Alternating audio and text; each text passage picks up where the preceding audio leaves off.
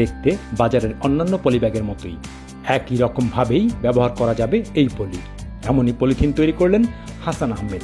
কিন্তু এই পলিব্যাগ তৈরি হয়েছে একেবারেই ভিন্ন পদার্থ দিয়ে, চিংড়ি মাছের ফেলে দেওয়া খোলস থেকে। এটাও হচ্ছে কাইন্ড অফ হচ্ছে একটা প্লাস্টিক। এটা যেরকম যতটুকু স্ট্রেন দেয় আমাদের এটাও সেম পরিমাণ স্ট্রেন দেয়, ঠিক আছে। এটাও হচ্ছে আমরা যদি টেনে দেখাই এটাও সেম পরিমাণ স্ট্রেংথ আমাদেরকে এনশিওর করছে। এই জিনিসটা আমরা তৈরি করেছি কোনো কেমিক্যালের ব্যবহার ছাড়া, জাস্ট হচ্ছে চিংড়ি মাছ থেকে। এর ভিতরে আছে আবার অ্যান্টিমাইক্রোবিয়াল প্রপার্টিটা আছে। অ্যান্টিমাইক্রোবিয়াল প্রপার্টিটা এমন যে এর ভিতরে কোনো ভাইরাস, ব্যাকটেরিয়া বা ফাঙ্গাস এগুলো হচ্ছে ডেভেলপ করতে পারবে না। প্লাস্টিকের পরিবর্তে আমরা এটাকে ব্যবহার করতে পারি, আবার এটাকে খুব ভালো একটা প্রিজারভেটিভ হিসেবে আমরা এটা ব্যবহার করতে পারি। বাজারে প্রচলিত প্লাস্টিক এমন একটি পদার্থ যার আয়ুষ্কাল হাজার হাজার বছর। মাটিতে প্লাস্টিকের তৈরি টক্সিক রাসায়নিক পদার্থ গাছে মিশে যাচ্ছে, আর তার শেষমেশ শুধু পশু পাখি নয়, মানুষের শরীরেও এসে পৌঁছায়। প্লাস্টিক মানুষের শরীরে আরও অনেক মরণব্যাধির পাশাপাশি ক্যান্সারের জন্য দায়ী। বিভিন্ন সময় দেখি গরু বা ছাগল ওরা হচ্ছে প্লাস্টিক খেয়ে ফেলার কারণে তাদের পেট ফুলে যায়, যেটাকে ব্লোটিং বলি। ব্লোটিং করে ওদের হচ্ছে পেট ফেপে ওরা মারা যায়। আমার এই প্লাস্টিকটা যদি সে খায় তখন দেখা যাবে কি তার আর পেটের কোনো এক্সট্রা কোনো প্রবলেমস ক্রিয়েট হবে না। সুমনের মাথায় পরিবেশ বান্ধব পলিব্যাগ তৈরির ভাবনা সেখান থেকেই। লোনা পানিতে তো সাধারণত আমরা যদি নর্মাল মানুষও আমরা থাকি তো অল্প সময় পরে আমরা অসুস্থ হয়ে পড়বো, অথচ সেখানেই হচ্ছে চিংড়ি মাছটা বাই ন্যাচারালি সেখানে সে সার্ভাইভ করছে। তো সেখান থেকে হচ্ছে প্রায় 2-3 বছর ধরে এটা নিয়ে আমাদের চিন্তাভাবনা বা আমাদের ব্যাকগ্রাউন্ড স্টাডি থাকে, আমাদের ব্যাকগ্রাউন্ড গবেষণা থাকে যে আসলে ও কীভাবে করছে। দীর্ঘ গবেষণার পর স্বপ্ন পূরণ হয়েছে।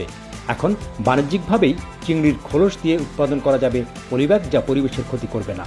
অপরদিকে বাজার বা রেস্টুরেন্টে ফেলে দেওয়া চিংড়ির খোলস কাজের পণ্য হয়ে উঠবে। সাধারণত হয় কি যে ড্রেনের মধ্যে হচ্ছে এই পলিথিনগুলো থাকার কারণে ও হচ্ছে একটা ব্লকেজ তৈরি করে এবং পানিটা যেতে পারে না এবং একটা বন্যার মতো ক্রিয়েট হয়ে যায়। কিন্তু আমার এই পলিথিন বা হচ্ছে প্লাস্টিকের মতো যে ম্যাটেরিয়ালটা দেখছেন এটা দিয়ে যদি আমি ইউজ করি তখন ওকে পানিতে দেওয়ার সাথে সাথে ও 2 থেকে 3 দিনের মধ্যে হচ্ছে ডিগ্রেড হয়ে যাবে, মানে একদম মিশে যাবে। তো ড্রেনের মধ্যে ও আর কখনো ব্লকেজ তৈরি করবে না।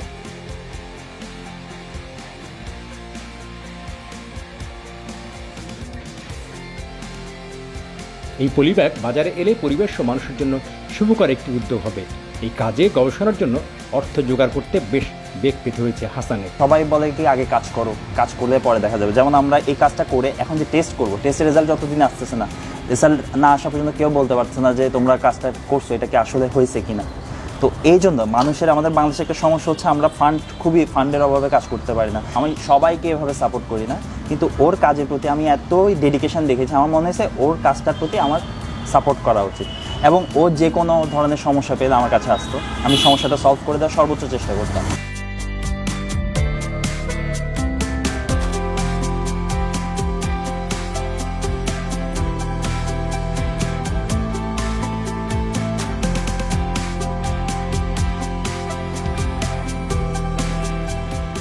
প্রচলিত পলিব্যাগের দামের চেয়ে দামটা একটু বেশি পড়বে এই পলিব্যাগের। আমরা এটাতে যদি হচ্ছে ওইটাতে যেমন খরচ হয় মাত্র 2 টাকা, আমি এটাতে যদি খরচ করি 15 টাকা বা 20 টাকা খরচ করি, তাহলে দেখা যাবে আমি সেম জিনিসটা দিয়ে সেম প্রপার্টিটা পাচ্ছি এবং এটা পরিবেশে যখন আমি দিয়ে দিচ্ছি, সে পরিবেশে যখন ডিগ্রেড হয়ে যাচ্ছে, তো পরিবেশের জন্য বা গাছের জন্য এক্সট্রা একটা নিউট্রিশনের একটা ফেসিলিটিস সে ক্রিয়েট করছে। তো এর জন্য একে আবার রিসাইক্লিং করার জন্য আমার কোনো খরচ হচ্ছে না। বিশ্ববিদ্যালয়ের শিক্ষার্থী হিসেবে পেছনের সারিতে থাকলেও গবেষণার দারুণ এক সফলতা দেখালেন হাসান। বহু ত্যাগের বিনিময়ে তার এই অর্জন বলে জানান হাসান।